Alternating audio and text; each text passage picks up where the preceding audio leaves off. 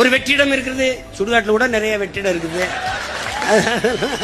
நண்பா நண்பீஸ் எல்லாருக்குமே வணக்கம். இன்னைக்கு நம்ம என்ன பார்க்க போறோம்னா, நம்ம விஜய் எப்ப அரசியலுக்கு கட்சி ஆரம்பிச்சாரோ, அதுலேருந்து நம்ம தமிழ்நாடு அரசியல் களம் வந்து பயங்கரமா போயிட்டு இருக்கு விறுவிறுப்பா. ஸோ அந்த மாரி இப்பவும் ஒரு சின்னதா ஒரு விஷயம் நடந்திருக்கு. அது என்ன அப்படின்ட்டு பார்க்கலாம்.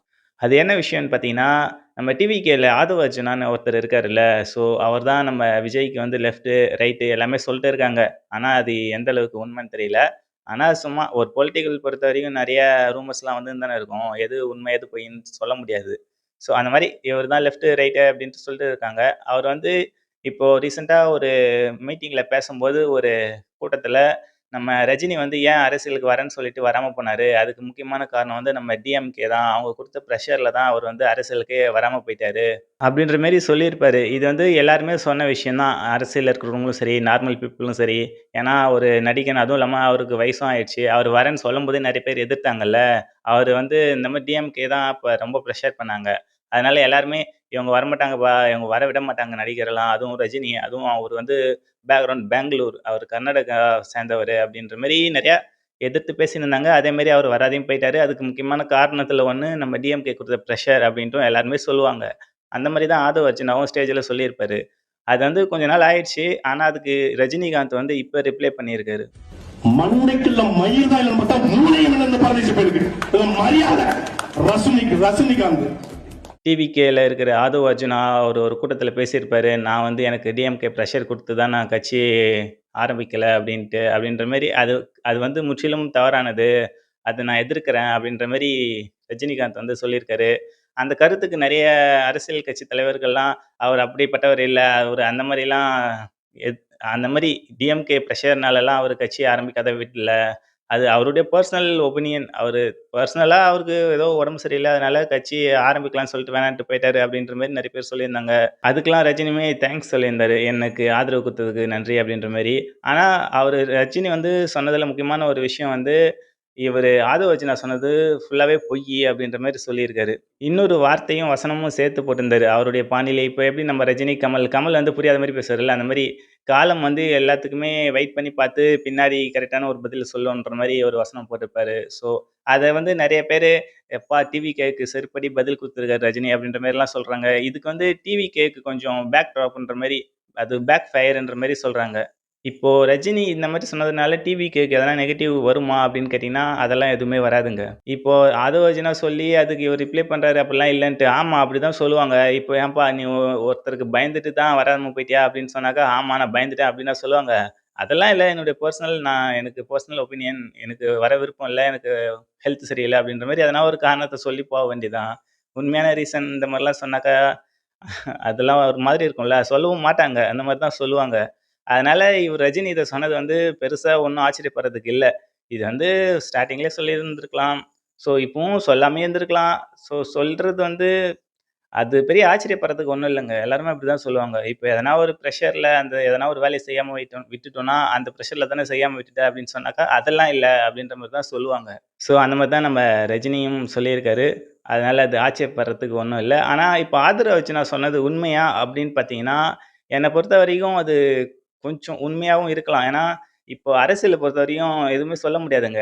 ஏன்னா, ரஜினி அரசியலுக்கு வரேன்னு சொன்னதுக்கப்புறம் அவருடைய பேர் எவ்ளோ டேமேஜ் பண்ணாங்க எல்லா கட்சி தலைவர்களும் அப்படின்றது எல்லாருக்குமே தெரியும். அந்த அளவுக்கு மோசமா கீழ்த்தனமா இறங்கிலாம் பேசுனாங்க. ஆனா, தமிழன் தமிழன் தான் ஆள வேணும் தமிழ்நாட்ட அப்படின்ற மாரி அது ஒரு இதுவா வச்சாங்க. அதுக்கப்புறம் நெறைய வச்சாங்க. நடிகன்லாம் அரசியலுக்கு வரக்கூடாது அப்படின்ற மாரி நெறைய சொல்லியிருந்தாங்க. அவரு கொஞ்சம் மோசமாலாம் கூட நெறைய விமர்சனம் பண்ணாங்க. அப்படி இருந்துமே அவரு வராம வந்திருந்தா நல்லா தான் இருந்திருக்கும். என்ன பண்றது? அவரு தான் வராம போயிட்டாரு. அந்த டைம் கொரோனா பீக்ல இருந்துச்சு. ஸோ ஹெல்த் இஷ்யூ அப்டின்ட்டு சொல்ட்டு, ஹெல்த் ரீசன் சொல்ட்டு வராம போயிட்டாரு. அவருடைய ஹெல்த் மட்டும் இல்ல, அவர நம்பி வரவங்க எல்லாருடைய ஹெல்த்துமே கோவிட் காரணமா இந்த டைம்ல கூட்டம்லாம் எங்களால போட முடியாது அப்டின்ற மாரி அவரு சொல்லி வரல அப்டின்னு சொல்ட்டாரு. ஆனா, அதுக்கு வந்து பின்னாடி கண்டிப்பா திமுக பிரஷரும் இருக்கும். அந்த பிரஷர் சுத்தமா இல்ல அப்டின்லாம் சொல்ல முடியாது. ஏன்னா, அவங்களும் பிரஷர் பண்ணியிருப்பாங்க. வரக்கூடாதுன்ற மாரி நெறையா கண்டிச்சு பேசியிருப்பாங்க. அதுவும் ஒரு காரணமாவும் இருக்கலாம். ஆக மொத்த இப்போ ரஜினி ஃபுல்லா மறுத்து சொல்லியிருக்காரு. மறுப்பு தெரிவிச்சிருக்காரு. ஆக மொத்த அது அது வந்து 100% மறுக்கவும் முடியாது. இப்போ ஆதவ் சொல்ற மாரி 100% அதுதான் ரீசன் அப்டின்னும் சொல்ல முடியாது. 2மே கொஞ்சம் இருக்கலாம். ரஜினிகாந்த் கட்சி ஆரம்பிச்சு முதல் கூட்டம் கோயம்புத்தூர்ல போட்டு திருப்பூர் வர்றதுக்குள்ளே செத்து போயிடுவாரு. ஆதவ் அர்ஜுனா வந்து இத சொன்னது பெரிய ஆச்சரியமான்னு கேட்டீங்கன்னா, அதுவுமே இல்லங்க. ஏன்னா, இப்போ அவங்க டிவிக்கு வந்து இப்ப தான் கொஞ்சம் நல்லா பில்ட் பண்ணிட்டு இருக்காங்க அவங்க கட்சிய. அதனால இந்த மாரி ஸ்ட்ராங்கா தான் பேசுவாங்க. எதனா ஒரு சின்ன விஷயம் கிடைச்சா கூட, ஒரு டவுட்டா இருக்கிற மாரி விஷயம் இருந்தா கூட கொஞ்சம் போல்டா, ஸ்ட்ராங்கா தான் சொல்லுவாங்க. அது அப்படிதான், இப்படிதான், இப்படி பண்ணீங்களே, அப்படி பண்ணீங்களேன்ட்டு. ஏன்னா, அவங்க இப்ப தான் பில்ட் பண்ணிட்டு இருக்காங்க கட்சிய. அதனால அவர் சொன்னதும் பெருசா ஒண்ணும் ஆச்சரியப்படுறதுக்கு இல்ல. இது எல்லாருமே நார்மலா எல்லா கட்சியிலுமே சொல்றது தான். ஸோ, அதனால இது பெருசா பார்க்குற அளவுக்கு ஒரு விஷயமும் இல்ல. ஆனா, சோசியல் மீடியால அப்புறம் நியூஸ் சேனல்லாம் பெருசா போட்டு போட்டு காட்டுவாங்க. டிவிகேக்கு வந்து பேக் ஃபயரு தேவையா இது உனக்கு? அப்படின்ற மாரி. டிவிகேக்குலாம் ஒண்ணும் பேக் ஃபயர்லாம் இல்ல. இது சிம்பிளா எல்லாருமே சொல்ற மாரியான விஷயம் தான். நார்மல் பப்ளிக் கூட கேட்டு பாருங்க. அதான் சொல்லுவாங்க. ஏன்னா டிஎம்கே, ஏடிஎம்கேன்ற மாரி ஒரு பெரிய கட்சி 2 கட்சி இருக்கு. இவரு என்ன ஒரு நடிகர் தானே! அதுவும் கர்நாடகாவ சேர்ந்தவரு. இவர்லாம் வந்து என்ன பண்ண போறாரு? அப்படின்ற மாரி சில குரூப்ஸ் சொல்லிட்டு இருந்தாங்க. ஸோ அந்த மாரி நார்மல் பீப்பிளே சொல்லும்போது, அவங்க ஒரு பாலிடிக்ஸ் ஒரு கட்சியில இருக்காங்க. அதனால அவங்க கூட்டத்தில பேசுறது தப்பே இல்ல. அது ஆச்சரியப்படுறதுக்கும் எதுவும் இல்ல. இதெல்லாம் ஒரு சின்ன சின்ன விஷயங்க. ஏன்னா, நம்ம தமிழ்நாட்ல வந்து இந்த அரசியல்னு எடுத்துட்டாலே அதில நடிகர்கள் அப்படின்ட்டு இன்க்ளூட் ஆயிர்றாங்க. எல்லா அரசியலுமே தான். தமிழ்நாடும், இந்தியா வேர்ல்டு ஃபுல்லா எல்லாமே அப்படிதான்.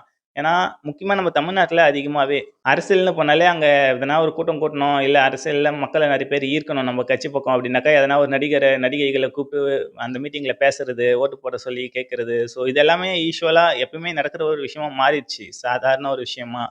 அது வந்து அப்படியெல்லாம் நடிகர்கள கூப்பிட்டு வாக்கு சேகரிக்கிறீங்க. ஆனா, அந்த நடிகர் அரசியலுக்கு வரும்போது மட்டும் எதிர்க்கிறீங்க. அது அது எந்த மாரி தன்மை அப்படின்ட்டு தெரியல. இது சாதாரண ஒரு விஷயம் தான். இது வந்து பிக் நியூஸா, பிரேக்கிங் நியூஸா போற அளவுக்கு ஒண்ணுமே இல்ல. ஸோ மக்கள் நீங்க என்ன நெனைக்கிறீங்க? நண்பா, நண்பீஸ் நீங்க என்ன நெனைக்கிறீங்க? ரஜினிய இப்படி ஆதவ் பேசி, அதுக்கு ரஜினி ரிப்ளை பண்ணது வந்து டிவிகேக்கு பேக் ஃபயரா அப்படின்ட்டு இருக்குமா? அப்படின்ட்டு உங்களுக்கு தோணுச்சுன்னா, நீங்க கீழ கமெண்ட்ல சொல்லுங்க. என்ன பொறுத்தவரைக்கும் இதெல்லாம் பேக் ஃபயர் ஆகாது. அதுவும் இல்லாம இது நார்மலான ஒரு விஷயம் தான். மௌனம் உடைக்கும் சத்தம் இது, மறைக்கப்பட்ட கதையின் சாட்சி இது, விழிப்புணர்வு தீய ஏற்றும் நேரம் இது, உண்மை பேச வந்தோ